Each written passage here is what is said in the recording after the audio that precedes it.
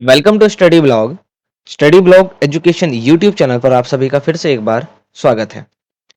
आज का जो हमारा टॉपिक है इस वीडियो का वो बहुत ही आसान सरल भाषा में आपको यहाँ दिख रहा होगा बहुत ही अच्छे से।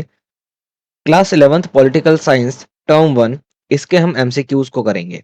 कक्षा 11वीं की राजनीति विज्ञान में जो भी आपके अध्याय आ रहे हैं, जो भी आपके चैप्टर आ रहे हैं आपके इस बार 2021 के एग्जाम में, उसके हम एमसीक्यूज को इस वीडियो में कंप्लीट करने वाले हैं। यानी एक वीडियो के अंदर ही हम पूरे के पूरे पॉलिटिकल साइंस टर्म 1 में जो भी चैप्टर आ रहे हैं उसको हम कंप्लीट कर लेंगे। एक वीडियो के बाद आपको दूसरी वीडियो देखने की कोई भी जरूरत नहीं पड़ेगी। अगर अगर आप बुक को भी पढ़ रहे होंगे साथ साथ में और साथ साथ में इस एमसीक्यूज को देख रहे होंगे या इस एमसीक्यूज को देखने के बाद बुक को पढ़ रहे होंगे, तो आपको किसी और वीडियो को देखने की कोई भी जरूरत नहीं पड़ेगी। ठीक है, तो हम एमसीक्यूज को करेंगे। जैसा कि आपको पता है कि आपका एग्जाम एमसीक्यू बेस्ड होने वाला है और कंप्लीट करेंगे हमारे एक ही वीडियो के अंदर पूरी तरह से। ठीक है, तो जुड़े रहिएगा एंड तक, ताकि वीडियोस जो भी चीजें हैं आपको पूरी दिखे और आपको उसका लाभ जो है पूरा पूरा मिले। तो भाई उसको पाने से पहले, यानी उस लाभ को पाने से पहले आपको लाइक शेयर करना है इस वीडियो को अपने सभी दोस्तों के साथ, सभी ग्रुप्स के अंदर, चाहे वो स्कूल का ग्रुप हो, कोचिंग का हो, इंस्टीट्यूट का हो, जहां भी आप पढ़ते हैं आप वहां पर इसको शेयर करिए ताकि सभी को जो है इसका फायदा मिल सके। और अच्छी बात यह है कि ये हिंदी प्लस इंग्लिश दोनों ही लैंग्वेज में आपके लिए अवेलेबल है। यानी हिंदी में भी है इसमें, साथ साथ इंग्लिश में भी है। इन दोनों ही लैंग्वेज में आपको क्वेश्चंस देखने को मिलेंगे, जो कि मजेदार बात है अपने आप में ही। और सब्सक्राइब करिए हमारे चैनल को अगर आपने अभी तक सब्सक्राइब नहीं किया, एकदम बेशर्मों की तरह सब्सक्राइब करिए इसको फटाफट से और बेल आइकन को ऑन करिए ताकि नोटिफिकेशन आपको टाइम पर मिलती रहे। आपको पीडीएफ चाहिए, आपको सॉल्यूशंस चाहिए, क्योंकि भाई टर्म 2 जो है आपका फिलहाल सब्जेक्टिव बेस्ड होने वाला है जहां पर आपको लिखना पड़ेगा, तो उनके सॉल्यूशंस चाहिए आपको। ठीक है, या उसके नोट्स वगैरह चाहिए, तो आपको कुछ नहीं करना। आपको क्या करना है, हमारे टेलीग्राम चैनल पर जाना है जिसका नाम है स्टडी ब्लॉग एडू। यहाँ पर जाइए और हमारे को क्या करिए, ज्वाइन करिए। वहां पर आपको ये सारी चीजें जो है टाइम टू टाइम प्रोवाइड करवा दी जाती हैं और आपको मिल भी जाती हैं। तो वहां पर जाइए और इसको ज्वाइन जरूर करिए हमारे चैनल को। वहां पर आपको फायदा मिलेगा, नुकसान नहीं होगा, और इसकी पीडीएफ भी आपको वहीं देखने को मिलेगी। अगर आपने लाइक शेयर कर दिया है तो चलते हैं हमारे क्वेश्चंस की तरफ, जो कि इंपॉर्टेंट है। ठीक है, तो देखिए चैप्टर के नाम से आपको कोई लेना देना होना नहीं चाहिए। एज अ प्रैक्टिस जो है आप इन क्वेश्चंस को लेंगे जैसा कि आप प्रैक्टिस कर रहे हैं। ठीक है, तो उसी हिसाब से देखेंगे तभी जाकर के समझ में आएगा कि भाई आपको कितना आता है या कितना नहीं आता है। ठीक है, उस हिसाब से देखना है। तो इंपॉर्टेंट एमसीक्यूज है बनाने को, तो एमसीक्यूज कई सारे बन सकते हैं, हजारों एमसीक्यूज बन सकते हैं, लेकिन हजारों एमसीक्यूज को ना देखते हुए अगर आप बुक पढ़ रहे हैं तो फिर ज्यादा एमसीक्यूज की तरफ जाने की कोई जरूरत नहीं पड़ेगी आपको। अगर बुक बुक पढ़ ही नहीं रहे हैं आप या आपने पढ़ना शुरू ही नहीं किया, तब तो फिर आप कितनी भी एमसीक्यूज देखिए कोई मतलब नहीं है। बहुत सारे वीडियोस अवेलेबल हैं जहां पर 100 वीडियो क्वेश्चंस, 150 क्वेश्चन बने हुए हैं एक ही चैप्टर के। तो एमसीक्यूज ऐसे ही बनते हैं और बहुत ज्यादा बनते हैं। बट उससे बढ़िया है कि आप एक बार बुक को रीड कर लीजिए और कोई दिक्कत नहीं होगी। और इस वीडियो को अगर आप देख रहे हैं तो फिर तो कोई दिक्कत होने वाली बात है नहीं। और सबसे बड़ा फायदा इस वीडियो का ये भी होगा आपका कि आप एग्जाम से, ठीक है, एग्जाम से अपने एक दिन पहले भी इस वीडियो को देख सकते हैं, जहां पर क्या होगा, आपको चीजें ऐसे दिमाग में रहेगी कि हाँ ये चीज वहां देखी थी, वहां सुनी थी। तो फायदा होता है इस चीज का वैसे तो। ठीक है, तो देखिए पहला क्वेश्चन बड़ा ही आसान, सिंपल, सरल भाषा में लिखा हुआ है। भारतीय संविधान कब बनकर तैयार हुआ था? When was the Indian constitution prepared? कब बन के तैयार हो गया था ये? 26 नवंबर 1949 को। जबकि लागू कब हुआ था? 26 जनवरी 1950 को ये लागू हो गया था। ठीक है, और शुरू कब हुआ था ये बनना? ये भी पता होना चाहिए भाई। 46 में इस बनना शुरू हो गया था। बनने में टाइम लगा था इसको 2 साल 11 महीने 18 दिन। है कि नहीं? पहली बैठक कब हुई थी कॉन्स्टिट्यूशन असेंबली की, संविधान सभा की? 9 दिसंबर 1946। यानी अब से बनना शुरू हुआ था और 2 साल 11 महीने 18 दिन बन करके उसके बाद बन करके तैयार हो गया। सबसे पहले जो इस पर साइन किए हैं हमारे संविधान पर, सबसे पहला सिग्नेचर जो है राजेंद्र प्रसाद का है। प्रेम बिहारी जी ने अपने हाथों से लिखा है इसको, जिसको हीलियम के बॉक्स में संसद भवन के अंदर रखा हुआ है। ठीक है, पार्लियामेंट हाउस में रख रखा है। तो इसी तरह से आपको ज्यादा चीजें जानने को भी मिलेंगी अगर आप अच्छे से पढ़ रहे हैं, समझ रहे हैं तो। दूसरा क्वेश्चन देखिए, भारतीय संविधान कब लागू हुआ? मैंने ऊपर ही बता दिया था, 26 जनवरी 1950 को। क्यों लागू किया गया था इसी टाइम पर? तो 26 जनवरी 1930 को हमारे देश में स्वतंत्रता दिवस मनाया गया था, तो इसीलिए क्या करा भाई, इसको 26 जनवरी को ही लागू किया गया था। ओके, अगला क्वेश्चन है, भारतीय संविधान को बनने में कितना समय लगा? How long did it take to make the Indian constitution? 2 साल 11 महीने 18 दिन। 2 साल 11 महीने 18 दिन लगा। और मूल संविधान यानी कि भारत के मूल संविधान में जब ये ओरिजिनली बना था कॉन्स्टिट्यूशन, तो इसमें 395 आर्टिकल्स थे। ठीक है, कितने आर्टिकल्स थे? 395। ये आपसे पूछा गया है और ये इसका आंसर है ऑप्शन नंबर बी के अंदर। ठीक है सर, यहां तक हो गया। चलिए आगे देखते हैं, जो कि अगला क्वेश्चन होगा हमारा, मतलब भारतीय मूल संविधान में कितने भाग थे? देखिए, स्टार्टिंग में यही पूछा गया है कि भारतीय मूल संविधान में कितने भाग थे। इसका क्वेश्चन जो है हिंदी मीडियम वाला वो ऊपर है। यहाँ देखिए, ये आपको यहाँ नजर आ रहा होगा देखने को, यहाँ पर ये देखिए, ये रहा क्वेश्चन नंबर 5। भारतीय मूल संविधान में कितने भाग थे? ओरिजिनली 395 आर्टिकल और 22 भाग थे। कितने भाग थे? 22 भाग। और 8 अनुसूचियां यानी कि शेड्यूल्स था। ठीक है, 22 पार्ट थे, इतने आर्टिकल्स थे। ठीक है, और 8 जो है क्या है भाई? 8 शेड्यूल है, यानी अनुसूचियां थी। वर्तमान समय में आर्टिकल्स देखिए इतने ही रहते हैं, ये आगे पीछे नहीं होते हैं, बल्कि इनके पार्ट बना दिए जाते हैं, पार्ट ए पार्ट बी करके। ठीक है, तो आर्टिकल इतने ही हैं। भाग जो है वो कुल मिलाकर के 25 हो गए हैं वर्तमान समय में। और अनुसूचियां जो है हमारी, यानी शेड्यूल्स जो हैं वो 12 हो गई हैं। ठीक है, ये ध्यान रखना है आपको। तो ये ओरिजिनल जितना था तब की बात है, और ये अभी की बात है। तो स्टार्टिंग में कितना था? 22। अगला क्वेश्चन देखते हैं। क्वेश्चन नंबर 6 आपके सामने यहाँ पर लिखा हुआ है, इसको आप अच्छे से देख रहे होंगे। क्वेश्चन नंबर 6 को, भारतीय मूल संविधान में कुल कितनी अनुसूचियां थी? तो मैंने बताया 8, वर्तमान में कितनी है? 12। ठीक है, संविधान की कुंजी किसे कहते हैं? संविधान की कुंजी प्रियम्बल को कहते हैं। वो is the key of constitution, preamble को कहा जाता है। ठीक है, ये प्रस्तावना जो है जवाहरलाल नेहरू ने दी थी। ठीक है, 13 दिसंबर 1946 को। तो तब इसका नाम प्रस्तावना नहीं था, बल्कि उद्देशिका, यानी कि एक ऑब्जेक्टिव था कि हमें क्या काम करना है, कैसे करना है। और बाद में जाकर के ये 24 जनवरी 1950 को हमारे कॉन्स्टिट्यूशन के पहले पन्ने पे जुड़ गया, जिसको हमने प्रस्तावना कहा। और इसके अंदर 42वां संविधान संशोधन किया गया है, यानी कि 42 अमेंडमेंट एक्ट जो है इसमें किया गया है, यानी एक एक्ट ही इसके ऊपर किया गया है। और उसके बाद कोर्ट ने ये कहा है कि अब इसको कुछ भी छेड़खानी इसमें नहीं की जा सकती है। 1976 में हुआ था भाई 42वां संविधान संशोधन। क्वेश्चन नंबर 8 है, हमें संविधान की आवश्यकता क्यों होती है? Why do we need a constitution? Constitution की जरूरत क्यों है? देखिए, to run the government system in the country. Country के अंदर गवर्नमेंट सिस्टम चलाने के लिए भाई बिल्कुल चाहिए होता है, शासन व्यवस्था चलाने के लिए देश में हमें संविधान की जरूरत होती है। तालमेल बनाने के लिए भी भाई चाहिए हमारे को, और कानून व्यवस्था बना के रखने के लिए भी हमारे को चाहिए, to maintain law and order. Constitution के अकॉर्डिंग क्या होता है ना भाई, एक पुस्तक है। What is constitution? संविधान है क्या? एक किताब है जिसके अंदर नियम कानून लिखे गए हैं, शासक के लिए भी और उस राज्य में, उस देश में रहने वाले लोगों के लिए भी। तो दोनों को ही पता होना चाहिए। To prevent abuse of the power of government, और सरकार अपनी शक्तियों का दुरुपयोग ना करे, इसके लिए भी संविधान बना हुआ है। अब अगर आप पढ़ेंगे लिखेंगे नहीं, तो आपके साथ तो भाई नुकसान हो सकता है।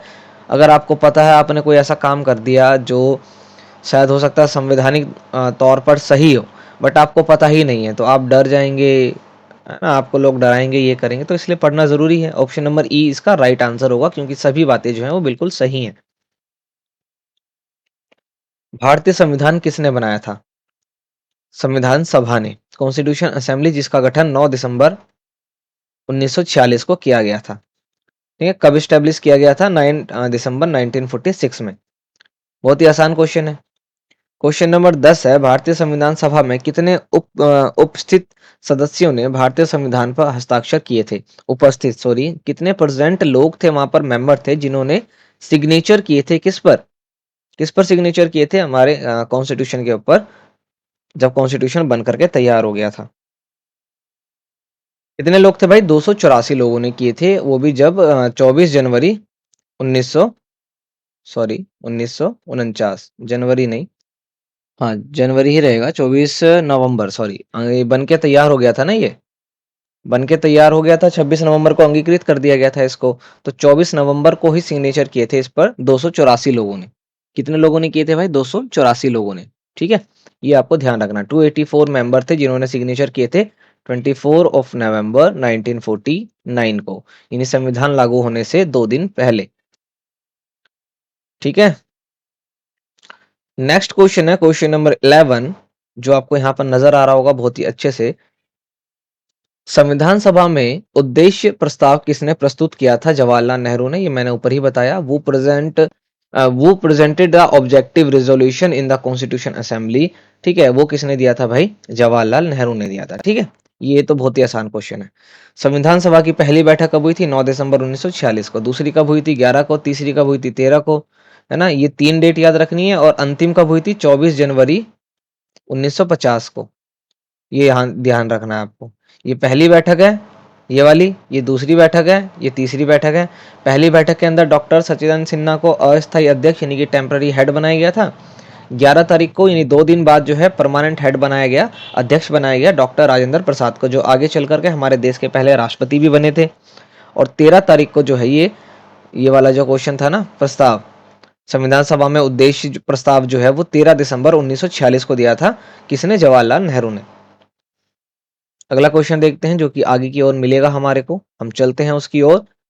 और ये आ गया। अगला क्वेश्चन है, संविधान सभा के अस्थायी अध्यक्ष किसे बनाया गया था? डॉक्टर सच्चिदानंद सिन्हा को।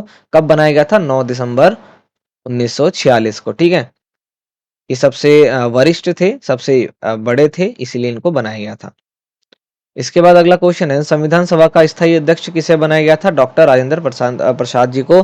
परमानेंट प्रेसिडेंट किसको बनाया गया था? डॉक्टर राजेंद्र प्रसाद को, जो आगे चल करके हमारे देश के पहले राष्ट्रपति भी बने। और इनको 11 दिसंबर 1946 को बनाया गया था परमानेंट प्रेसिडेंट कॉन्स्टिट्यूशन असेंबली के।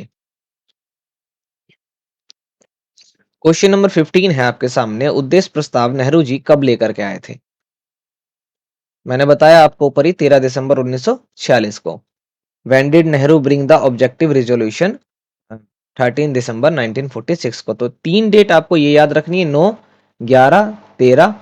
फिर एक याद रखनी, 24 जनवरी 1950। ये अंतिम बैठक हुई थी इसमें। ठीक है, इतनी ये 4 डेट आपको याद रखनी है।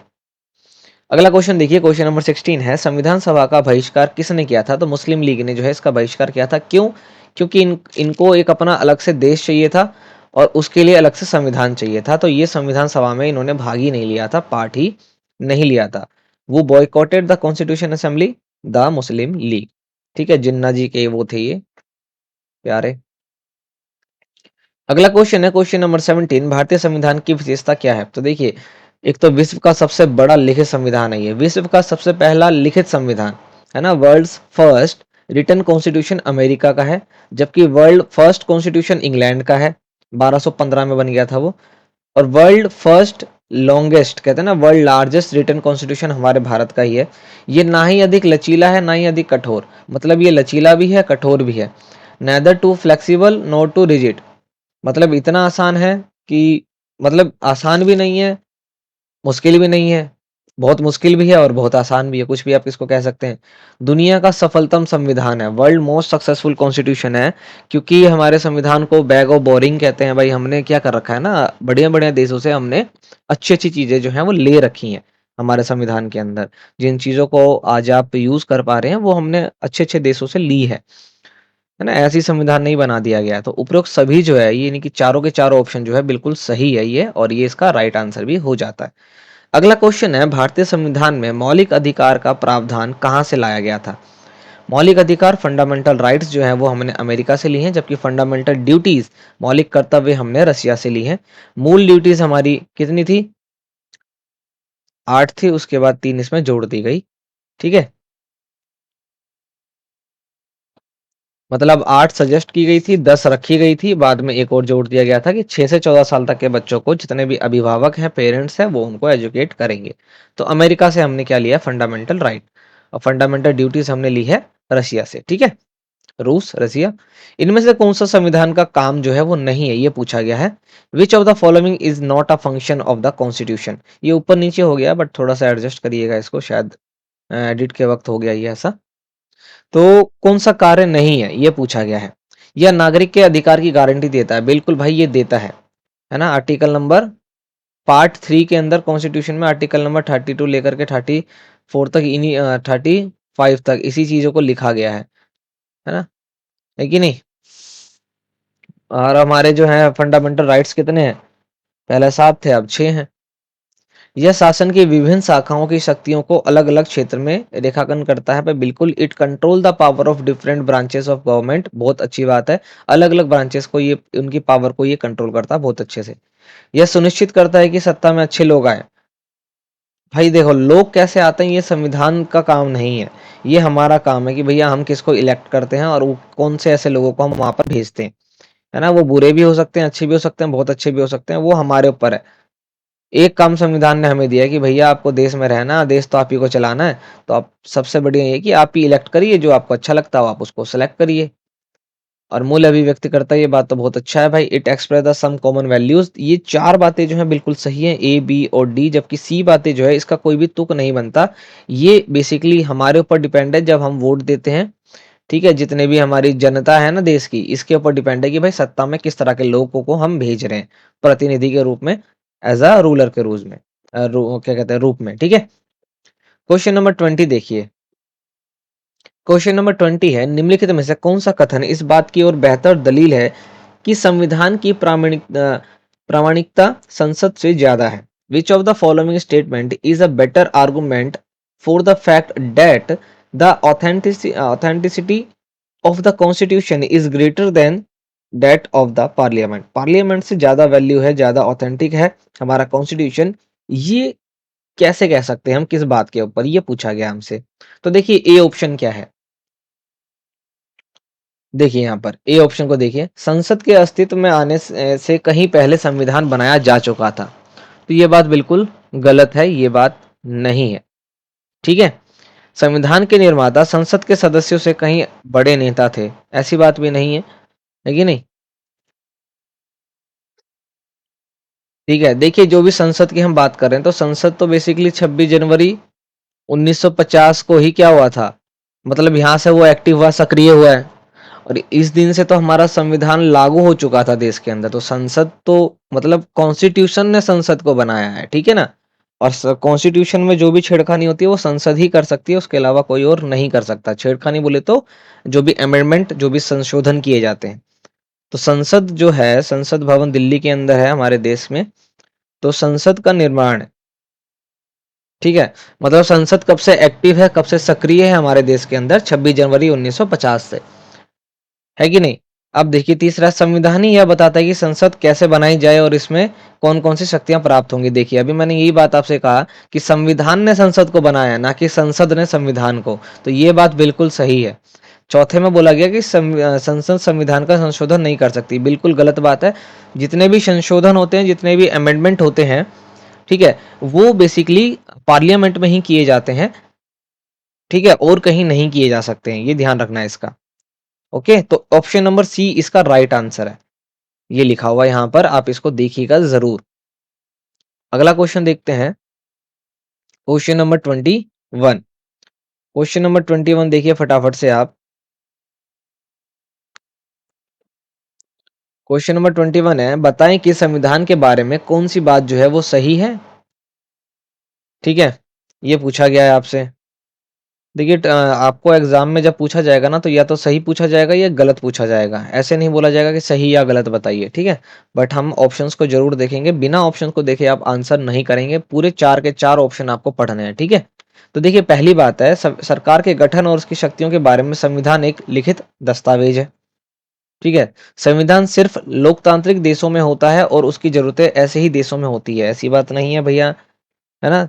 ये तो हमने जो है पहले भी पढ़ा है भाई, जिस जोन सा देश डेमोक्रेटिक होगा इसका ये मतलब नहीं है कि वहां पर संविधान होगा ही होगा, और जिस देश का संविधान है उसका ये मतलब नहीं है कि वो देश जो है डेमोक्रेटिक होगा।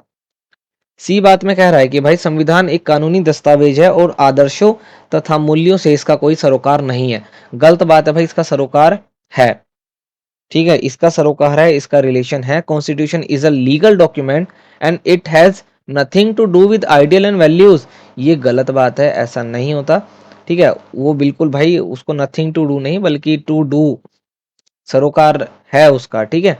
संविधान एक नागरिक को नई पहचान देता है, ये बात इसमें बिल्कुल सही बताई गई है, ठीक है। तो देखिए जो आपको सवाल पूछा जाएगा ना उसमें या तो सही पूछेंगे आपसे या गलत पूछेंगे आपसे। तो आपको ये क्वेश्चन देने का मतलब यही था कि आपको पता चले, या फिर इसको दे करके यहाँ पे पूछा जाएगा कि निम्न में से बताइए कौन सी बात सही है। Option number A, B, A B है, ए बी बोल दे दिया जाएगा या ए बी सी, इस तरह से ऑप्शन दिया जाएगा। तो आपको ऑप्शन सारे पढ़ने और फिर आपको आंसर करना है। ठीक है। तो संविधान नागरिक को एक नई पहचान देता है, ये बात बिल्कुल सही है। और सरकार के गठन और उसकी शक्तियों के बारे में संविधान जो एक लिखित दस्तावेज है, ये दोनों बातें बिल्कुल राइट है, जबकि ये दोनों बातें जो है बिल्कुल ही गलत है। तो दो बात गलत है इसमें, बी और सी। बी और सी गलत बात है, जबकि ए और डी जो है वो सही बात है। ठीक है, ऐसे ध्यान रखना है आपको। चलिए आगे देखते हैं। आगे है अगला क्वेश्चन नंबर 22। इसको देखिए फटाफट से एक बार। बताएं कि भारतीय संविधान के निर्माण के बारे में निम्नलिखित अनुमान सही है या नहीं, अपने उत्तर का कारण भी बताइए। ठीक है, फटाफट से देखिए। पहला ऑप्शन है संविधान सभा में भारतीय जनता की नुमाइंदगी नहीं हुई और उनका निर्वाचन सभी नागरिकों द्वारा नहीं हुआ था, ये एक बात कही गई है। दूसरी बात है संविधान बनाने की प्रक्रिया में कोई बड़ा फैसला नहीं लिया गया क्योंकि उस समय नेताओं के बीच संविधान की बुनियादी रूपरेखा तैयार करने में आम सहमति थी, ये दूसरी बात है। तीसरी बात है संविधान में कोई मौलिकता नहीं है क्योंकि इसका अधिकांश हिस्सा दूसरे देशों से लिया गया, ये तीसरी बात है। चौथे में बोला अनुमान सही नहीं है ना। जो भी हम गैस कर रहे हैं कि भाई कौन सी बात सही है या गलत है, तो इसके लिए जो है डेटा सफिशिएंट नहीं है। तो देखिए तीनों ही बातें जो हैं, ये तीनों ही बातें क्या है यहाँ पर गलत है। क्यों? क्योंकि देखिए संविधान सभा को बनाने में भाई भारतीय जनता की बातें जो है वो हुई थी, ऐसी बात नहीं है कि उनको उनको जाने बिना, उनको बताए बिना ही संविधान को जो है बनाने लग गए थे हम, ऐसी बात नहीं है। दूसरा, संविधान बनाने की जो भी प्रक्रिया थी भाई उसमें बहुत बड़े बड़े फैसले लिए गए हैं, मेजर डिसीजंस जो हैं वो लिए गए हैं, ऐसी बात नहीं है कि नहीं लिए गए हैं। तीसरी बात इस ये कह रहा है कि नो ओरिजिनलिटी, ऐसी बात नहीं है भाई, ऐसी बात नहीं है। तो जो भी डेटा हमारे को यहाँ पर दिया गया है वो क्या है, गलत है। अब इसका नीचे रीजन लिखा हुआ है देखिए, क्योंकि हमें मौलिक संविधान की आवश्यकता नहीं थी, बल्कि हमें ऐसे संविधान की आवश्यकता थी जो भारतीय समाज के आदर्शों और मूल्य के अनुरूप हो ना। The guess is not correct because we did not need a fundamental constitution but we need a constitution which is accordance with the ideal and values of Indian society, ये रीजन है। ये आपको ध्यान रखना है, आपको एसरेशन और रीजन के अंदर ये सवाल दिया जा सकता है, तो आपको इस प्रकार से इसको पढ़ना पड़ेगा। अब एक क्वेश्चन बहुत ही आसान है यहाँ पर, इसको देखिए। संविधान की प्रारूप समिति के अध्यक्ष कौन थे? ड्राफ्टिंग कमेटी के जो है अध्यक्ष, हेड कौन थे? चेयरमैन कौन थे? डॉक्टर भीमराव अंबेडकर, और इन्हीं को फादर ऑफ इंडियन कॉन्स्टिट्यूशन भी कहते हैं, ये आपको मालूम होना ही चाहिए। ठीक है, अगला क्वेश्चन देखिए जो कि है क्वेश्चन नंबर 24।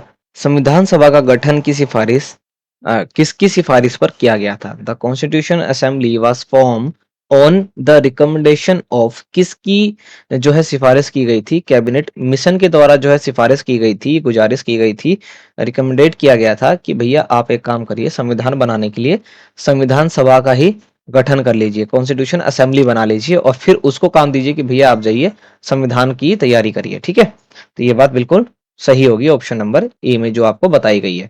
तो 24 क्वेश्चन हो गए भाई। आपको कितने आते हैं कितने नहीं आते कमेंट करिएगा फटाफट, और कुछ एक्स्ट्रा भी आपको साथ साथ में ही सुनने समझने को मिल भी रहा है। क्वेश्चन नंबर 25, झंडा समिति फ्लैग कमेटी के चेयरमैन कौन थे? तो जे बी कृपलानी। कौन थे? J B Kripalani. मैं एक नीचे आपको एक वीडियो दूंगा, ठीक है, एक वीडियो दूंगा आपको नीचे डिस्क्रिप्शन बॉक्स में, इसका लिंक मिलेगा, इसको देखना। आपको ये जो सारी जितनी समितियां वगैरह है कॉन्स्टिट्यूशन से रिलेटेड, इन सभी की डिटेल आपको बहुत अच्छे से मिल जाएगी वहां पर। तो उस वीडियो को देखिएगा और आपको जो है बहुत अच्छे से मालूम चल जाएगा संविधान वगैरह के बारे में। ठीक है, जो आपके एग्जाम की भाई पॉइंट ऑफ व्यू से काफी ज्यादा ही इंपॉर्टेंट हो भी सकते हैं।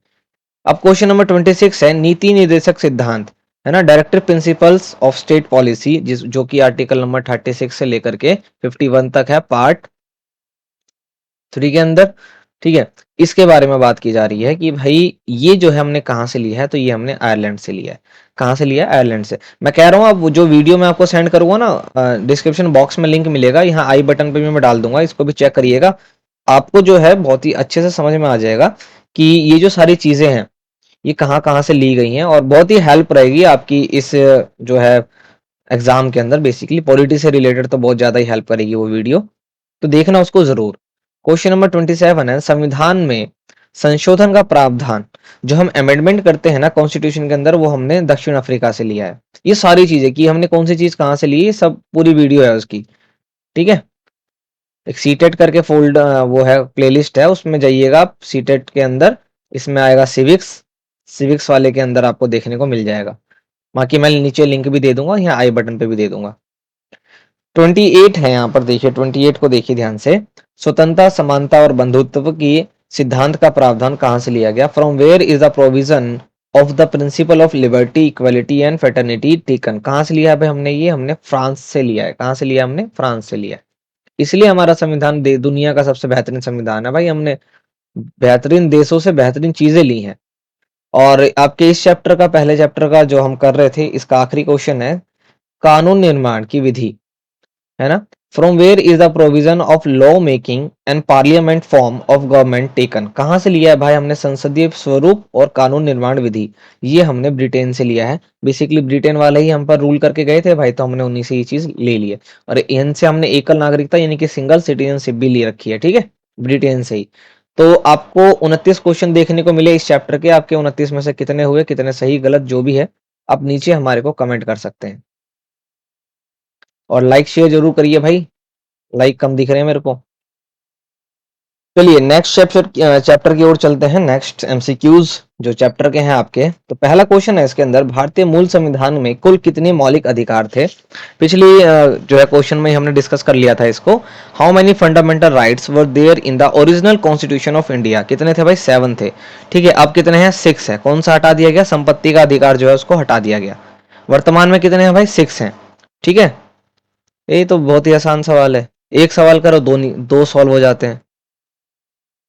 क्वेश्चन नंबर 3 देखिए, भारतीय संविधान के किस भाग में मौलिक अधिकार दिए गए हैं? स्टार्टिंग में कितने पार्ट थे भाई कॉन्स्टिट्यूशन के? 22। अभी कितने हैं?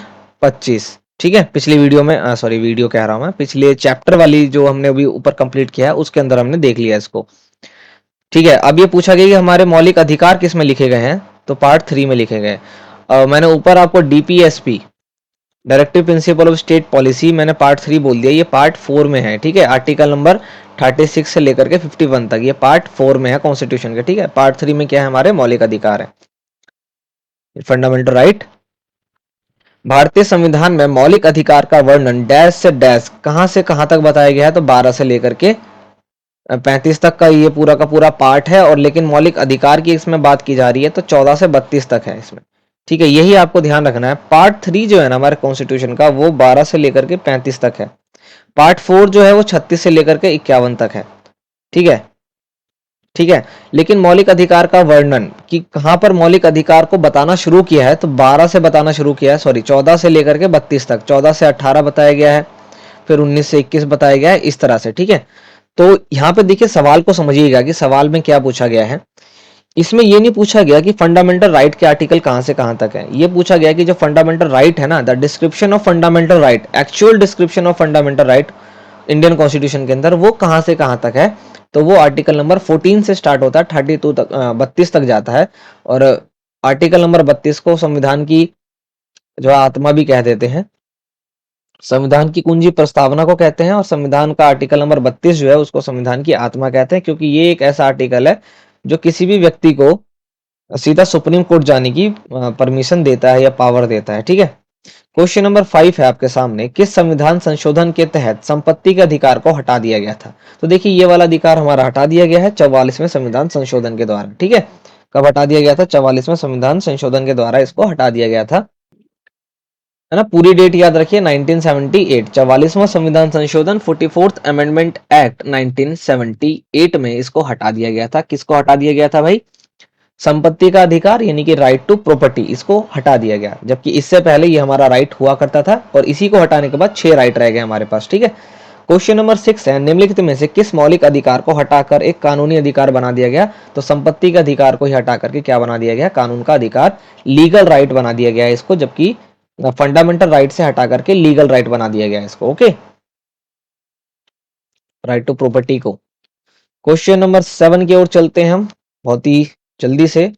किस मौलिक अधिकार को संविधान की आत्मा कहा जाता है? अभी मैंने ऊपर बताया, आर्टिकल नंबर 32 को क्या बोला जाता है? संविधान की आत्मा, the soul of constitution, article number 32 को कहा जाता है, ठीक है।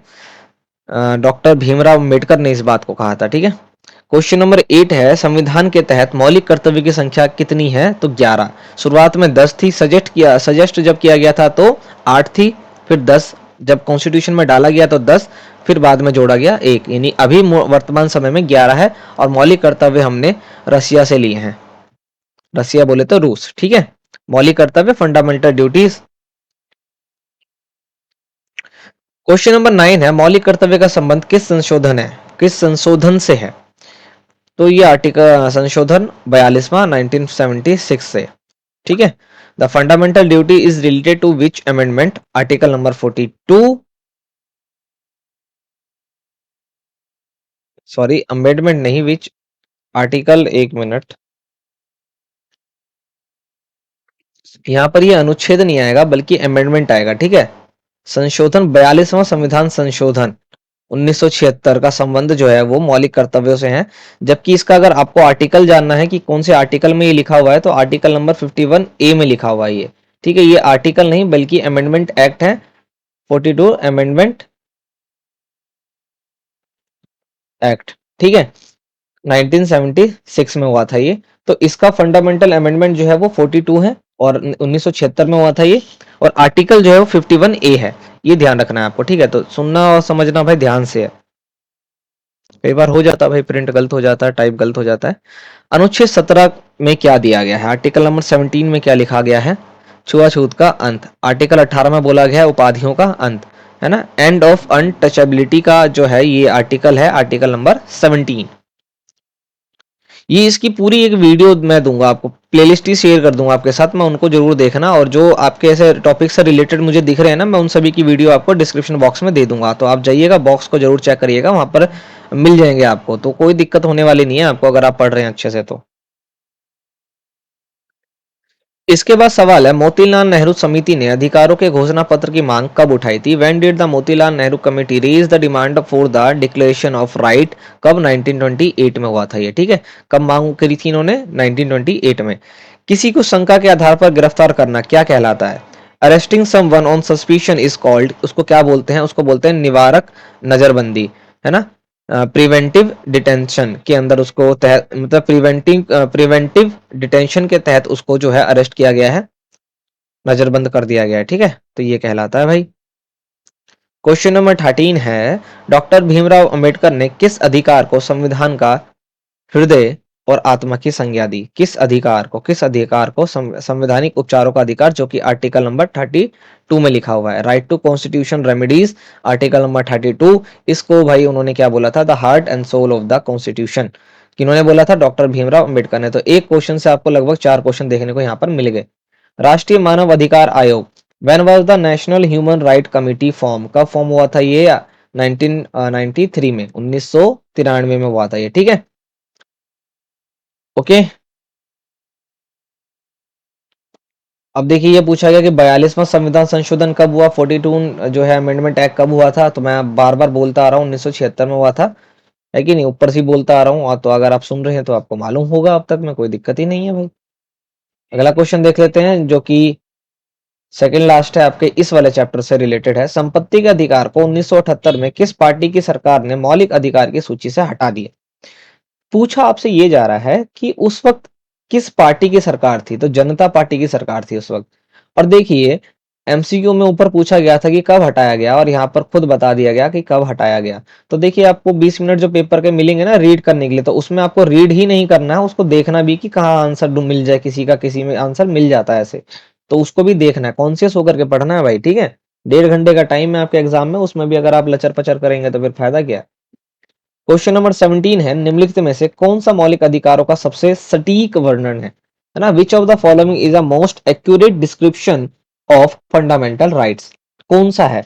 तो देखिए, पहला बोला जा रहा है, किसी व्यक्ति को प्राप्त समस्त अधिकार, all right enjoyed by a person, है। ऐसा थोड़ी होता है। All right given to the citizen by law, all right granted and protected by the constitution. बहुत बेहतरीन बात यहाँ पे कही गई है कि सभी वो राइट जो संविधान के द्वारा दिए गए हैं और उसी के द्वारा उसको सुरक्षित भी किया जाता है। ये बात एकदम सटीक है। बाकी तीनों बातें जो है वो बिल्कुल ही सटीक नहीं है। ठीक है, गलत है।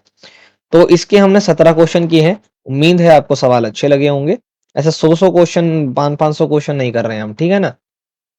क्योंकि कुछ काम भैया आप भी करिए, बुक को पढ़ेंगे तो तभी तो फायदा होगा आपको, और फायदा आप ही को उठाना भाई, पेपर आपका है, हमारा नहीं, या यूट्यूब का नहीं, ठीक है। क्वेश्चन नंबर 1 है, कोई फैसला लेने में सभी नागरिक प्रत्यक्ष रूप से भाग नहीं ले सकते, इसलिए अपने प्रतिनिधि को चुनने के लिए डैश की आवश्यकता पड़ती है। चुनाव करते हैं भाई वो लोग, इंडिया में क्या है, यही तो है। Not all citizen can directly participate in taking a decision, किसी भी डिसीजन को लेने के लिए कोई भी सिटीजन जो है पार्टिसिपेट नहीं कर सकता। तो वो क्या करता है, इलेक्शन करते हैं, और इलेक्शन के थ्रू जो है अपने रिप्रेजेंटेटिव को इलेक्ट करते हैं, और वो लोग जा करके जो है डिसीजंस लेते हैं। मुख्य चुनाव आयुक्त की नियुक्ति कौन करता है भाई, राष्ट्रपति करता है। बहुत ही जो है सम्माननीय पोस्ट होता है ये, और इसकी नियुक्ति भी एक सम्माननीय व्यक्ति ही करेगा, राष्ट्रपति के द्वारा किया जाएगा। ये भी मैंने वीडियो में बता रखा है, आपको मैं ना पूरी प्लेलिस्ट शेयर कर दूंगा, आप उसमें देखिए आराम से, कोई दिक्कत नहीं है। बाकी मैं आपको बता देता हूँ, सीटेट सिविक्स कर करके जो है सिविक्स करके एक प्लेलिस्ट बनी हुई है, वहां पर जाइए, उसमें ये सारी चीजें आपको देखने को मिलेंगी। चुनाव आयोग की स्थापना कब हुई थी भाई, इसकी हुई थी 1950 में, और पहला चुनाव 1951 में हुआ था। 1951 में हमारे देश में हुआ था, ठीक है। भारत के निर्वाचन आयोग चुनाव आयोग की सहायता करने के लिए प्रत्येक राज्य में डैश मुख्य निर्वाचन आयोग अधिकारी होते हैं। There is a chief electoral officer in each state to assist the election commission of India. पूछा जा रहा भाई कितने होते हैं, ये पूछा गया है, तो केवल एक ही होता है, और बहुत पावरफुल लोग होते हैं भाई ये, इसमें जो व्यक्ति होता है बहुत ही पावरफुल होता है एकदम। इलेक्शन से पहले पूरी पावर हो जाती है इनके पास, कुछ भी हेर फेर कर सकते हैं ये। किसी को भी जो है दिल्ली से असम में भेज देंगे जॉब के लिए, किसी को वहां से यहाँ बुला लेंगे, बहुत पावर हो जाती है इनके पास, मतलब सारी पावर इन्हीं के अंडर में आ जाती है। निम्नलिखित में से कौन सा चुनाव आयोग का काम जो है वो नहीं है, तो चुनाव करवाती है भाई, बिल्कुल सही है। सूची तैयार करती है कि भाई वोटर लिस्ट बनाती है, बिल्कुल सही है। आचार संहिता लागू करती है, इलेक्शन से कुछ दिन पहले आचार संहिता लगता है ना, एनफोर्समेंट की, अब भाई जो है आप प्रचार प्रसार नहीं कर सकते। और चौथी बात है, चुनाव में किसी दल का प्रचार करती है, अबे यार प्रचार थोड़ी करेगी वो, किसी भी दल का प्रचार नहीं करती है चुनाव आयोग, ठीक है। किसी भी पार्टी को, पॉलिटिकल पार्टी को प्रमोट नहीं करती है, यही ऑप्शन राइट होगा। निम्नलिखित में से कौन सा चुनाव आयोग का कार्य है, अब ऊपर पूछा गया था काम नहीं है, अब पूछा जा रहा है कि काम है। तो मान्यता देती है भाई, बिल्कुल ही रिकग्नाइजेशन करती है पॉलिटिकल पार्टीज का, राजनीतिक दलों की चुनाव चिन्ह को भी आवंटित करती है, जो उनका जो कहते हैं ना, वो क्या कहते हैं उसको, चुनाव चिन्ह, जैसे कमल, हाथ वगैरह जो आप देखते हैं, इसको भी वही देखते हैं। और अगर कोई गड़बड़ी करोगे तो भैया हटा भी देगी, तो ये भी बात बिल्कुल सही है, यानी ऑप्शन नंबर डी इसका राइट आंसर हो जाएगा, क्योंकि तीनों ही काम जो है चुनाव आयोग, इलेक्शन कमीशन जो है वो करती है कि नहीं। सातवां क्वेश्चन है आपके सामने, चुनाव आयोग का गठन संविधान के किस अनुच्छेद से संबंधित है, यानी कि जो चुनाव आयोग है, इलेक्शन कमीशन है, वो किस आर्टिकल से रिलेट करता है हमारे कॉन्स्टिट्यूशन के, तो आर्टिकल नंबर 324, आर्टिकल नंबर 324 से, ठीक है। ये ध्यान रखना है आपको भाई। ठीक है, बुक पढ़ना जरूरी इसलिए है क्योंकि आपके जो भी सवाल बनेंगे बनेंगे तो बुक से। अब हम जा करके 1000 सवाल बना दे तो फिर आपको लगेगा यार 1000 सवाल है, पेपर में तो 50 ही आने हैं ना, पेपर में तो 50-60 ही सवाल आएंगे, उससे ज्यादा थोड़ी आएंगे। वो थोड़ी 2000-5000 सवाल बना रहे हैं, और बनाने को तो कितने भी बना सकते हैं। तो बुक पढ़ेंगे तो जो भी सवाल आदमी बनाएगा तो बुक से ही बनाएगा। अगर आप बुक पढ़ेंगे तो अच्छी बात रहेगी, तो बुक को जरूर पढ़िएगा भाई। क्वेश्चन नंबर 8 है, संविधान के किस संशोधन के तहत मतदान की आयु को 21 से 18 वर्ष कर दी गई है। Under which amendment of the constitution the voting age was reduced from 21 years to 18 years. पहले हमारी 21 साल थी, बाद में 18 कर दी गई है 61वें संविधान संशोधन के द्वारा, ठीक है। ऐसी शासन व्यवस्था जिसमें नागरिक अपने प्रतिनिधियों को चुनाव द्वारा चुनकर संसद में भेजते हैं तथा प्रतिनिधि सरकार चलाने का फैसला लेती है, कौन सी कहलाती है, तो ये अप्रत्यक्ष लोकतंत्र है, इनडायरेक्टली डेमोक्रेसी है। ऐसा सिस्टम जहां पर गवर्नेंस करने के लिए सिटीजन क्या करते हैं ना, अपने रिप्रेजेंटेटिव को भेजते हैं इलेक्ट करके। तो भाई इंडिया में कैसा डेमोक्रेसी है, तो यही है, इनडायरेक्ट डेमोक्रेसी है इसके अंदर, ठीक है, डायरेक्ट डेमोक्रेसी नहीं है। हम भी क्या करते हैं, अपने रिप्रेजेंटेटिव को जो है सिलेक्ट करते हैं और इलेक्ट करते हैं, सॉरी सिलेक्ट नहीं, हम इलेक्ट करते हैं और उसको भेजते हैं पार्लियामेंट में कि जाइए भाई शासन वगैरह करिए वहां पर बैठ करके। अगला क्वेश्चन, क्वेश्चन नंबर 10 है, ऐसी शासन व्यवस्था जिसमें नागरिक सरकार चलाने तथा आम फैसला लेने में सीधे भाग लेते हैं, यानी कि भाई नागरिक जो है एनरोल हो जाए तो उसको प्रत्यक्ष लोकतंत्र कहते हैं। देखो नागरिक अगर भाग ले रहे हैं, जनता भाग ले रही है, सिटीजन भाग ले रहे हैं तो डेमोक्रेसी, डायरेक्ट ले रहे हैं तो डायरेक्ट डेमोक्रेसी, इनडायरेक्ट ले रहे हैं तो इनडायरेक्ट डेमोक्रेसी, बस इतना ही आपको ध्यान रखना है, ठीक है। मतदान की सूची कौन तैयार करेगा, खुद बताओ, चुनाव आयोग ही तो करेगी, भारत सरकार सुप्रीम कोर्ट तो करेगा नहीं, है कि नहीं, कौन करेगा, इलेक्शन कमीशन ही क्या करेगा, वोटर लिस्ट को रेडी करता है। अरे भाई साहब, क्वेश्चन नंबर 12 है आपके सामने। लोकसभा या विधानसभा के निश्चित 5 वर्ष के कार्यकाल का पूरा होने के बाद जो चुनाव होते हैं उसको क्या कहते हैं? देखिए, एक सवाल आपको यहाँ पर मिला, लोकसभा या विधानसभा, इनका टाइम पीरियड क्या होता है? 5 साल। ठीक है, लोकसभा हो चाहे विधानसभा हो, इनका टाइम पीरियड कितना होता है? 5 साल। एक सवाल आपको यहाँ मिल गया। आप पूछा गया भाई इनका 5 साल पूरा हो गया तो जो चुनाव होंगे वो कैसे होंगे? तो देखिए, एक तो आम चुनाव होता है जो हर 5 साल पे होता है। फिर एक विशेष चुनाव कराया जाता है जो किसी विशेष परिस्थिति यानी कि स्पेशल कोई सिचुएशन आ जाए तब करवाया जाता है। और एक उपचुनाव होता है जब चुनाव होने के बाद अगर मान लीजिए किसी का टाइम पीरियड चल रहा है और वो 2 साल में उसकी मृत्यु वगैरह होगी या त्याग पत्र देके चला गया, तो इसके बाद उपचुनाव करवाया जाएगा। उसको उपचुनाव यानी बाई इलेक्शन कहते हैं, या वाइस इलेक्शन आप कुछ भी कह सकते हैं। ऑप्शन नंबर, तो सॉरी, मैंने बता दिया आपको कि ये इतने तरह के चुनाव होते हैं। लेकिन जब 5 साल का कार्यकाल पूरा हुआ है ना, यहाँ पर इन्होंने ये नहीं बोला ना कि कैसे होगा। तो 5 साल पूरे हो गए तो अब आम चुनाव होंगे, 5 साल पूरे नहीं होते तो उपचुनाव होते। और अगर कुछ सिचुएशन, स्पेशल सिचुएशन आ गई, कुछ कंडीशन ऐसी हो गई है तो विशेष चुनाव करवाए जाएंगे। तो क्वेश्चन में कह दिया है कि भाई 5 साल पूरे हो गए। अगर क्वेश्चन में ये लिखा होता कि 5 साल के कार्यकाल से पहले यानी फिक्स्ड 5 ईयर से पहले किसी की मृत्यु हो गई या किसी व्यक्ति की जो है मृत्यु होगी जो उस पोस्ट पर था, तो क्या करवाया जाएगा? तो उपचुनाव बाई इलेक्शन करवाए जाते हैं। ठीक है, तो ये आपको मैंने तीनों का ही मतलब बता दिया। अगला क्वेश्चन है क्वेश्चन नंबर 13। 18 वर्ष की आयु प्राप्त सभी स्त्री पुरुष एवं अन्य भारतीय नागरिकों को बिना किसी भेदभाव के मतदान देने का अधिकार को क्या बोलते हैं?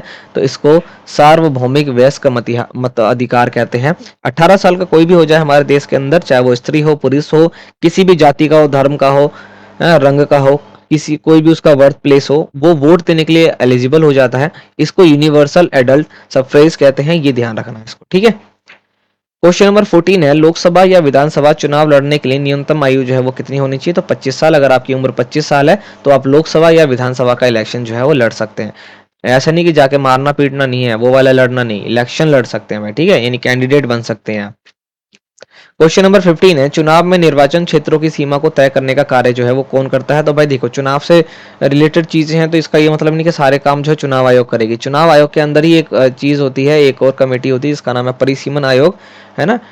डिलिमिटेशन कमीशन, ये क्या करती है ना, बाउंड्री सेट करती है कि भैया चुनाव निर्वाचित क्षेत्र जो है, जैसे मान लीजिए दिल्ली इतना बड़ा है तो इसमें ये वाला एरिया, ये वाला एरिया, ये वाला एरिया, यहाँ के कैंडिडेट, ये जो बाउंड्री बनाई जाएगी ना, ये परिसीमन आयोग का काम होता है कि भैया हाँ, हम जो एक बंदा खड़ा करेंगे वो इतने एरिया को रूल करेगा, फिर जो दूसरा खड़ा करेंगे वो इतने एरिया को रूल करेगा, इस प्रकार से। ठीक है, क्वेश्चन नंबर 16 देखिए फटाफट से, single transition system is used in dash election in India. Bharat में डैश चुनाव में एकल संक्रमणीय प्रणाली का प्रयोग किया जाता है। तो राज्यसभा के अंदर जब राज्यसभा का इलेक्शन किया जाता है, देखिए राज्यसभा में हम इलेक्ट नहीं करते, हम केवल लोकसभा में इलेक्ट करते हैं। ठीक है, राज्यसभा में सदस्यों की संख्या कितनी होती है? 250। अभी कितनी है? 245। लोकसभा में सदस्यों की संख्या कितनी होती है? 550। अभी कितनी है? 545। ठीक है, 552 होती है बेसिकली, अभी कितनी है? 545। तो हम लोग लोकसभा के इलेक्शन में भाग लेते हैं, ना कि राज्यसभा के। वहां पर एकल संक्रमणीय मत प्रणाली के द्वारा जो है वोटिंग होती है। ठीक है, प्रथम चुनाव आयुक्त कौन थे? प्रथम चुनाव आयुक्त जो थे वो कौन थे, ये पूछा गया है। तो सुकुमार सेन। ये मोस्ट इंपोर्टेंट क्वेश्चन हो जाता है अपने आप में। काम ऐसा करो भाई इतिहास बन जाए। देखो इतिहास बना दिया इन्होंने। आखिरी क्वेश्चन आपके इस चैप्टर का, भारतीय चुनाव प्रणाली का दोस्त कौन सा नहीं है? Which is not the fault of Indian electoral system. तो धन का अधिक खर्च होता है भाई। भाई बिल्कुल, वोटों को खरीदा जाना, हिंसा, जाति, कह रहे हैं कि भाई नहीं है। इसका मतलब 3 ऐसे दोष होंगे जो इलेक्शन में अगर आप लेकर के आते हो तो दोष माना जाएगा, फॉल्ट माना जाएगा। जबकि निष्पक्ष चुनाव होता है हमारे यहाँ पर, है ना। तो ये बात इसमें बिल्कुल जो है वो सही है। तो ये दोष नहीं है, बल्कि ये तीनों के तीनों क्या है? दोष है, फॉल्ट है ये सारे तीनों के तीनों। धन का अधिक खर्च करना, ठीक है, वोट को खरीद लेना। आप भाई वोट, और आप अपना वोट बेचो ना, बेचना भी मत भाई, अगर आप वोट देने जाते हो या वोट देते हो या आगे कभी इन फ्यूचर में वोट दोगे तो।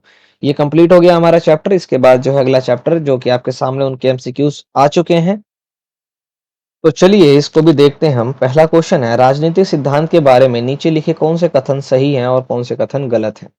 ठीक है, ए सही, बी गलत, सी सही। देखिए इस तरह से क्वेश्चन पूछा जाएगा। तो चारों कथनों को पढ़ना पड़ेगा, चारों बातों को आपको पढ़ना पड़ेगा और फिर देखना पड़ेगा, है कि नहीं? इसमें ये जो है ये आंसर है। ठीक है, इसमें यह आंसर है कि कौन सी बात सही है, कौन सी बात गलत है। तो दो बात सही है, दो बात गलत है। पहला है, राजनीतिक सिद्धांत उन विचारों पर चर्चा करते हैं जिनके आधार पर राजनीतिक संस्थाएं बनाई जाती हैं। बिल्कुल, बहुत अच्छी बात है ना। पॉलिटिकल थ्योरीज जो होते हैं वो उसी चीजों पर डिस्कस करेंगे, उन्हीं आइडियाज पे डिस्कस करेंगे जो बेसिस होंगे किसके, पॉलिटिकल इंस्टीट्यूशन के। दूसरी बात है, राजनीतिक सिद्धांत विभिन्न धर्मों के आधार पर नहीं, धर्मों के आधार पर और राजनीतिक दल की जो भविष्यवाणी है ये नहीं करते ये लोग, बल्कि ये और ये काम करते हैं। यानी ए और सी ये सही है, जबकि बी और डी ये गलत है। तो लेकिन आपको ऐसा तो मिलेगा नहीं भाई, आपको तो कथन दे दिया जाएगा, फिर लिखा होगा ए सी सही है, ए बी सी सही है, ए डी गलत है, ऐसे करके। ठीक है, क्वेश्चन नंबर 2 देखिए, ये कथन किसका है? राजनीति हमें सांप की कुंडली की तरह जकड़ रखा है और इससे जूझने के सिवाय कोई अन्य रास्ता नहीं है। ये बात महात्मा गांधी ने कही थी। Politics has gripped us like a snake coil and there is no other way than to fight it. इसमें जकड़े रहो और भैया इसी में आप सरवाइव करते रहो, ये बात गांधी जी ने कही है। ठीक है, अब बुक पढ़ेंगे तब आपको मालूम चल जाएगा, नहीं पढ़ेंगे तो भैया ठीक है, उसमें क्या कर सकते हैं, सरकार तो आपको कर ही देगी 12वीं तक पास, माँ की बाद में नौकरी नहीं मिलेगी आपको। क्वेश्चन नंबर 3 है, ईसा पूर्व 5वीं शताब्दी, है ना, in the 5th century BC, किसने अपने विद्यार्थियों से विचार विमर्श किया था कि राजतंत्र और लोकतंत्र में कौन सा तंत्र जो है वो बेहतर है? किस व्यक्ति ने जो है डिस्कस किया था अपने स्टूडेंट से कि कौन सा सिस्टम बेटर है, मोनार्ची या डेमोक्रेसी? कौन व्यक्ति था वो थे प्लूटो और अरस्तु। कौन थे भाई? प्लूटो और अरस्तु, प्लूटो अरस्तु, प्लूटो अरस्तु, प्लूटो और अरस्तु। ठीक है, क्वेश्चन नंबर 4 है, आधुनिक काल में सबसे पहले किसने सिद्ध किया कि स्वतंत्रता मानव मात्र का मौलिक अधिकार है ना? वो was the first to prove that freedom is a fundamental right of human being in modern time. किसने बोला था भाई? वो व्यक्ति कौन था, ये पूछा जा रहा है आपसे। रूसो ने। किसने भाई? रूसो ने। ठीक है, ये चीजें आपको ध्यान देनी है इन चीजों का ही। क्वेश्चन नंबर 5 और 6 आपके सामने आ चुके हैं, इसको भी देखिए फटाफट से। यह तर्क किसका था कि समानता भी उतनी ही निर्णायक होती है जितना कि स्वतंत्रता? मतलब जो डिसीजन, मतलब वो argument, whose argument was that equality is as decisive as liberty, उतनी ही जरूरी होगी, उतनी ही जो है डिसीजन ओरिएंटेड होगी। ये बात मार्क्स की थी। ठीक है, ये बात किसकी थी भाई? मार्क्स के द्वारा कही गई थी। हिंद स्वराज किसकी जो है पुस्तक है? तो ये महात्मा गांधी की पुस्तक है।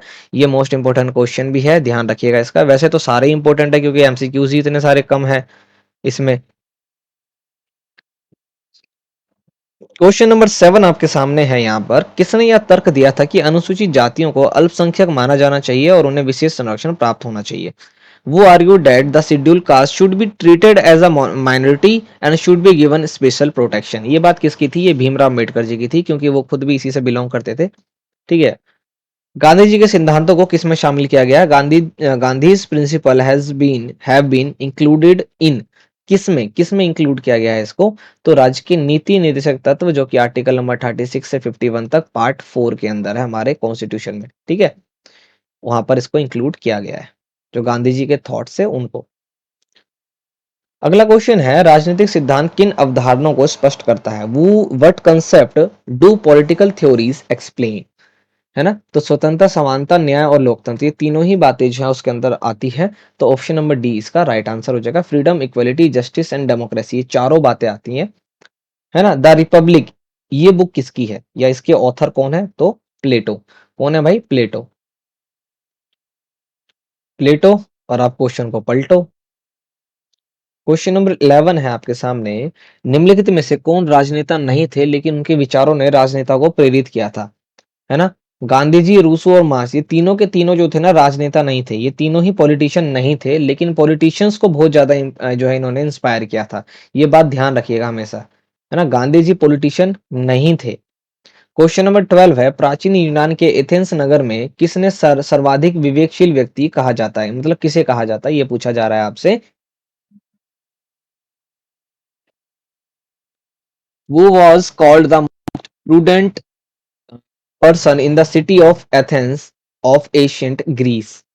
ठीक है, किसे कहा जाता है? तो सुकरात को कहा जाता है। किसे कहा जाता है भाई? सुकरात को। इंपॉर्टेंट क्वेश्चन है सारे के सारे, इसमें आपको थ्योरी जितने नाम मिलेंगे वो सारे ही उनसे रिलेटेड जितनी भी चीजें हैं वो इंपॉर्टेंट है।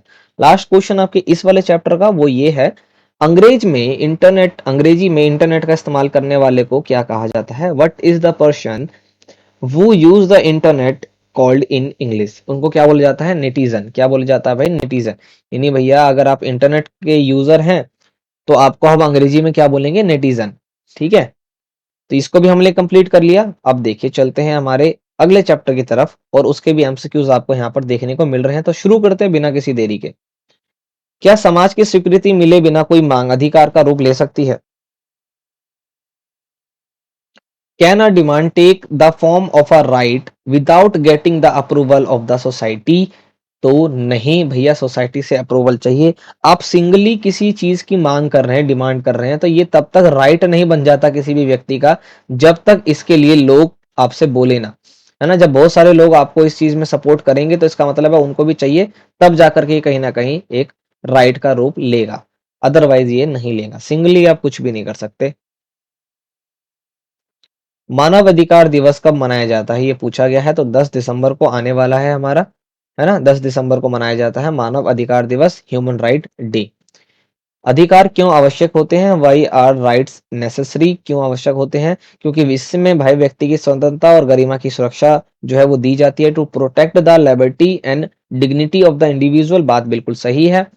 लोकतांत्रिक सरकार को सही तरीके से चलाने के लिए भैया हम जिनको इलेक्ट करके भेजे हैं, है ना, तो इसका ये मतलब थोड़ी कि पता लगे हमारे कोई भैया घर से बाहर निकलने को मना कर दे, या हमारे ऊपर ही जो है भाई हमारी अधिकार छीन ले। तो उनको सही से चलाने के लिए भी अधिकार जरूरी है, क्योंकि उनको जो भी डिसीजंस लेने हैं उनको इन चीज का ध्यान रखना पड़ेगा कि इससे हम मौलिक अधिकारों का हनन तो नहीं कर रहे हैं, उनको नुकसान तो नहीं पहुंचा रहे हैं। तीसरी बात है व्यक्ति की प्रतिभा और क्षमता के विकास के लिए। भाई एक एक व्यक्ति को अगर मौका दिया जाए तो वो कुछ ना कुछ नया ला सकता है, कुछ ना कुछ अलग ला सकता है, क्योंकि प्रत्येक व्यक्ति एक दूसरे से अलग होता है, उनका सोचने का तरीका अलग होता है।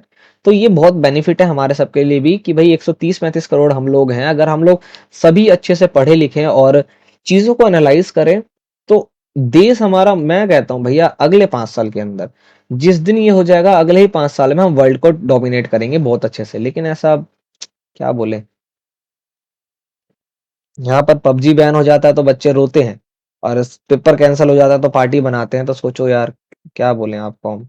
फिर नौकरी तो करोगे आप किसी के अंडर में जा करके, वो भी कौन सा आपको गूगल रख लेगा अपने पास। क्वेश्चन नंबर 4 है, निम्नलिखित में से कौन सा अधिकारों का प्रकार है? Which of the following is a type of rights? Natural, moral, legal, तीनों ही है भाई। नेचुरल राइट होना चाहिए आपके पास, मोरल राइट्स होने चाहिए आपके पास, कानून राइट्स होने चाहिए। तो ये तीनों के तीनों क्या है? राइट्स के फंडामेंटल्स राइट्स के जो हैं ये बेसिकली एक टाइप्स हैं ये सारे के सारे। ओके, क्वेश्चन नंबर 5 है, निम्नलिखित में से कौन सा मौलिक अधिकार नहीं है? ये पूछा गया है। स्वतंत्रता, समानता, संपत्ति, शोषण के विरुद्ध। तो ये भी अधिकार है, ये भी अधिकार है, बल्कि ये भी अधिकार है, लेकिन ये अब अधिकार नहीं रहा, ये मौलिक अधिकार नहीं बल्कि कानूनी अधिकार चला गया है। ठीक है, तो ये अधिकार नहीं है हमारा, राइट टू प्रॉपर्टी अब अधिकार नहीं है, राइट हमारा नहीं है। अगला क्वेश्चन देखते हैं, क्वेश्चन नंबर 6 आपके सामने ही है यहाँ पर। निम्नलिखित में से कौन सा आर्थिक अधिकार नहीं है? देखिए आर्थिक अधिकार बोला गया है, इकोनॉमिक राइट बोला गया है।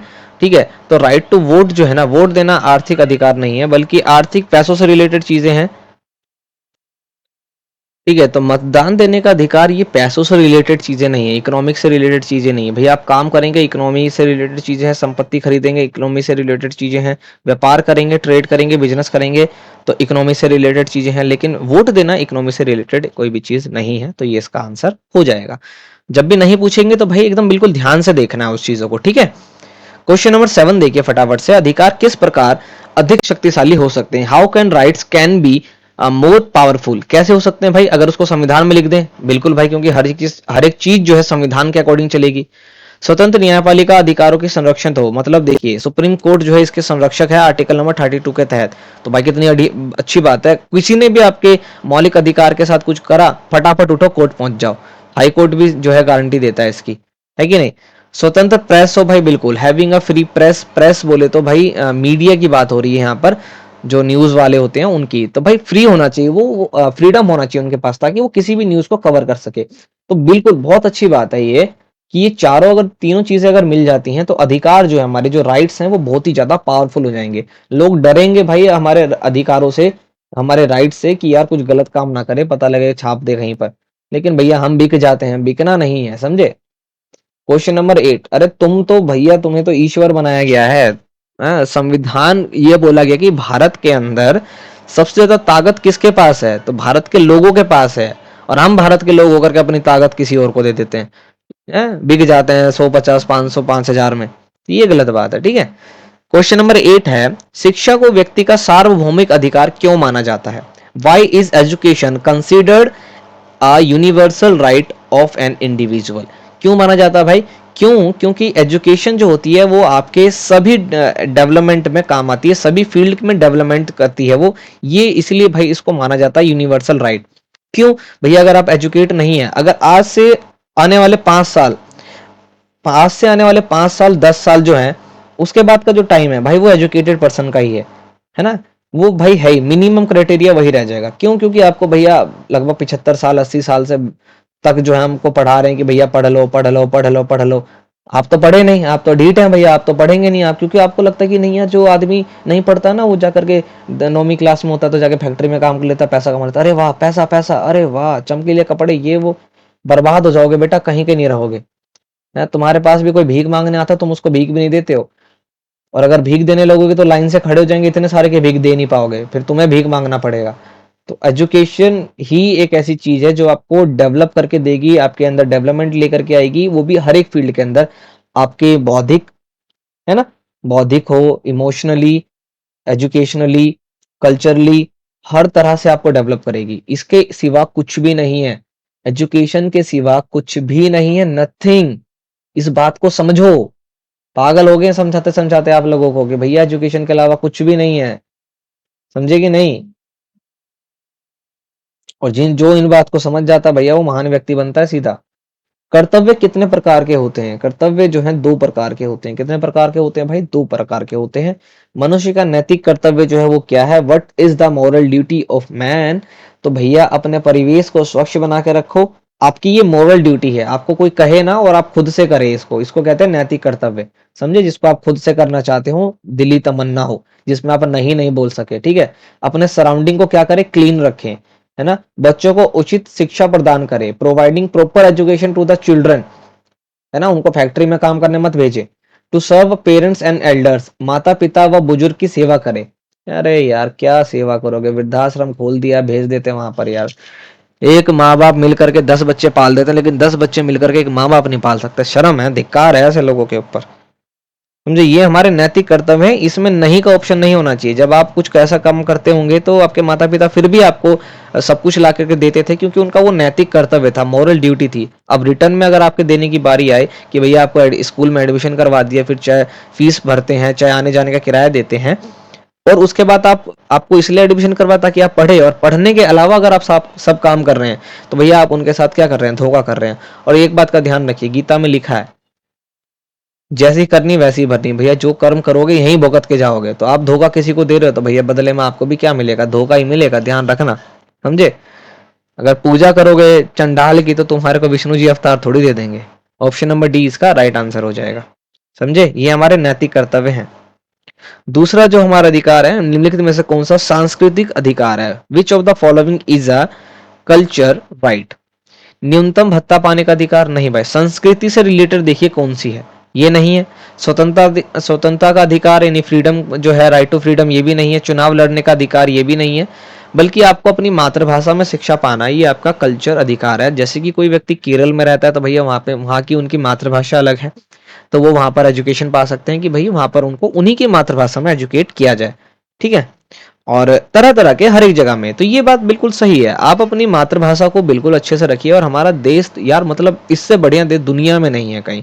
और दुनिया छोड़ो, मैं तो कहता हूँ यूनिवर्स के अंदर नहीं है, एंटायर यूनिवर्स के अंदर कहीं भी तुम्हारे को इंडिया जैसा देश नहीं मिलने वाला। और तुम एलियन जैसी हरकतें करते हो इतनी डाइवर्सिटी होने के बाद, है ना। लोगों के यहाँ एक बार एक नया साल होता है भैया, हमारे यहाँ मतलब हर महीने नया साल मना सकते हैं हम। लास्ट क्वेश्चन है, आपके इस वाले चैप्टर का कि अस्पृश्यता यानी कि छुआछूत जिसको अनटचेबिलिटी कहते हैं, इसका अंत किस अनुच्छेद में दिया गया है ना? In which article the end of untouchability has been given, तो आर्टिकल नंबर 17 में इसको दिया गया है। अब आर्टिकल नंबर 17 के तहत है समानता का अधिकार वाला आर्टिकल है, जहां पे 14 से 18 तक चलता है वो राइट टू इक्वालिटी। इसमें बोला गया कि भैया आप किसी के को भी उसके रंग के आधार पर काला गोरा पीला भूरा ये नहीं कर सकते, जाति के आधार पर ऊंची जाति नीची जाति नहीं कर सकते, छुआछूत बिल्कुल नहीं, किसी भी तरह का भेदभाव आप नहीं कर सकते, ये आर्टिकल नंबर 17 में बोल दिया गया है। ओके, तो हमने 12 क्वेश्चंस के भी देख लिए। अब चलते हैं मानव विकास की और डेवलपमेंट, आपका लास्ट चैप्टर जो कि आपकी सेकंड बुक का सबसे लास्ट चैप्टर है वहां का है, और इस वीडियो का भी ये आखिरी चैप्टर है। तो अभी तक अगर आप बने हुए हैं तो भाई आपका तो धन्यवाद बनता है, और लाइक शेयर आपकी तरफ से भी बनता है। तो इसको भी हम कंप्लीट कर लेते हैं। मानव विकास प्रतिवेदन किसके द्वारा प्रकाशित किया गया था? ह्यूमन डेवलपमेंट रिपोर्ट किसके द्वारा पब्लिश की गई थी? तो ये पब्लिश की गई थी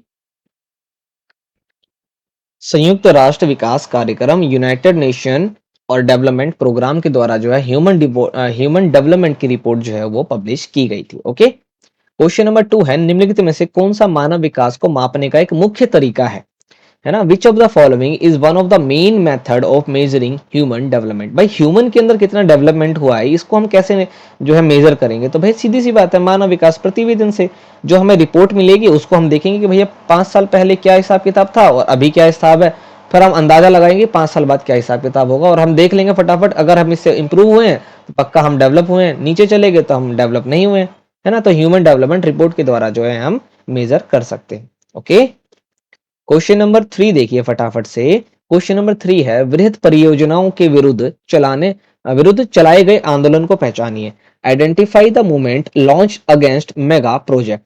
कौन है भाई? तो नर्मदा बचाओ आंदोलन। मोस्ट इंपोर्टेंट क्वेश्चन हो जाता है ये अपने आप में, ठीक है? तो इसका आपको ध्यान रखना, नर्मदा बचाओ आंदोलन नर्मदा नदी के लिए जो है ये चलाया गया था। अगला क्वेश्चन, क्वेश्चन नंबर 4 आपके स्क्रीन पर, फटाफट से आप देखिए इसको, एकदम केबीसी वाली फीलिंग लेनी है हम लोगों को एकदम, ठीक है ना?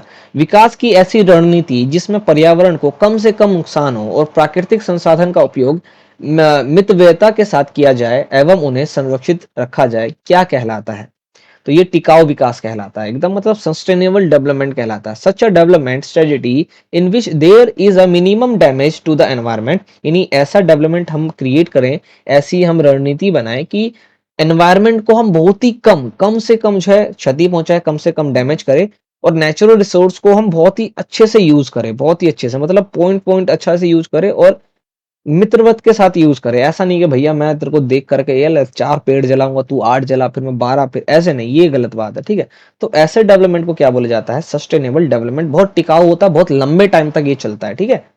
क्वेश्चन नंबर 5 है, विकास के कार्य का संकुचित रूप में प्रयोग किससे संबंधित है? What is the narrow use of meaning of development related to? किससे रिलेट करता है ये narrow use of meaning of development? ये पूछा गया है, तो ये दोनों से रिलेट करता है, यानी कि आर्थिक विकास की दर में कितनी वृद्धि हुई है, increase in the rate of economic growth, और दूसरा ये बोला गया है कि भाई समाज का आधुनिकरण कितना हुआ है, यानी मॉडर्नाइजेशन ऑफ सोसाइटी। भाई ये क्या लेकर के आई है? तो बोथ ए और बी जो है बात सही है, और इसी पर हम डिपेंड करते हैं समाज हमारा कितना मॉडर्न हुआ है, दूसरा इकोनॉमिक ग्रोथ कितनी हुई है, कितना पैसा या जो है बढ़ा है, कैपिटल बढ़ा है। इससे हम देखते हैं कि हाँ भाई डेवलपमेंट हो रहा है कि नहीं हो रहा है। समझे? समझ रहे हो ना एकदम?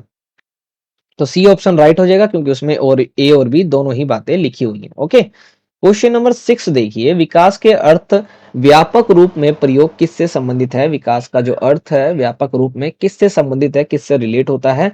What is the use of meaning of development in a broad sense?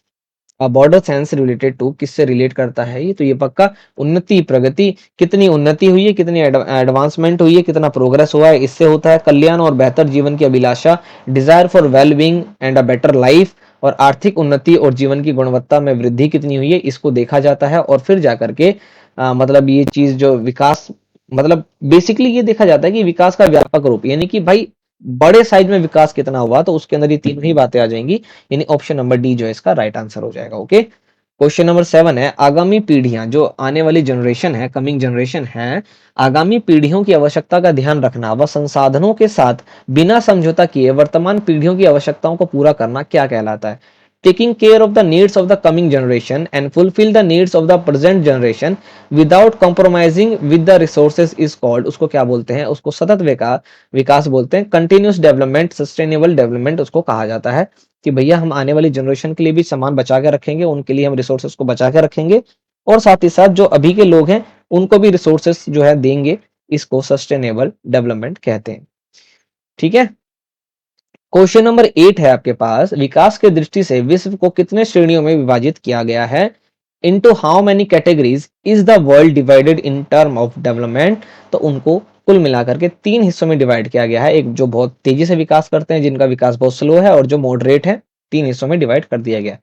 यूएनपीडी, what is the full form of UNPD? Important है ये, देखिए इसको फटाफट। तो इसको कहते हैं United Nation Development programme, UNPD है ना, या सॉरी यूएनडीपी, तो यूनाइटेड नेशन डेवलपमेंट प्रोग्राम।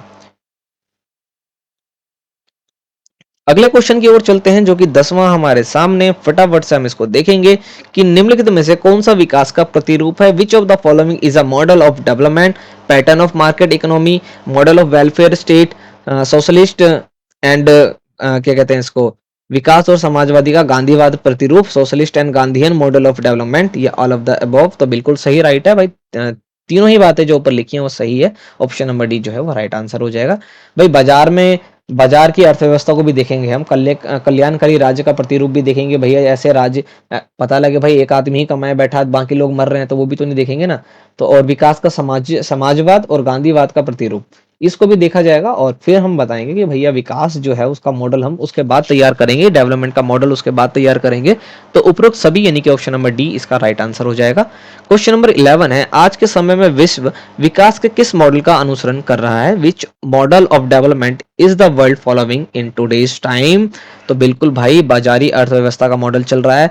हर कोई चाहता है कि भाई उनका जो बाजार है, जो क्या कहते हैं उसको, निर्यात, एक्सपोर्ट जो है वो ज्यादा हो, इंपोर्ट कम हो जाए। मतलब हर देश चाहता है कि उसकी वैल्यू नेशनल मार्केट के अंदर, सॉरी इंटरनेशनल मार्केट के अंदर, वर्ल्ड मार्केट के अंदर वैल्यूबल हो, उनकी वैल्यूज बढ़े।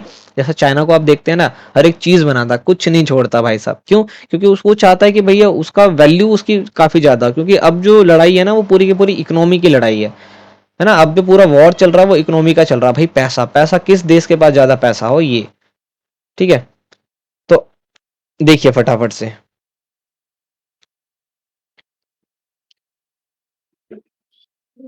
क्वेश्चन नंबर 12 है, बाजार अर्थव्यवस्था का प्रतिरूप क्या है? What is the model of market economy? क्या है उसका मॉडल, क्या है ये पूछा गया। तो देखिए पूंजीवाद, बिल्कुल भाई कैपिटलिज्म होना चाहिए, स्वतंत्रता की खुली प्रतियोगिता, फ्रीडम एंड ओपन कंपटीशन, भैया तुम भी आइए हम भी आते हैं, चलिए कंपटीशन करते हैं।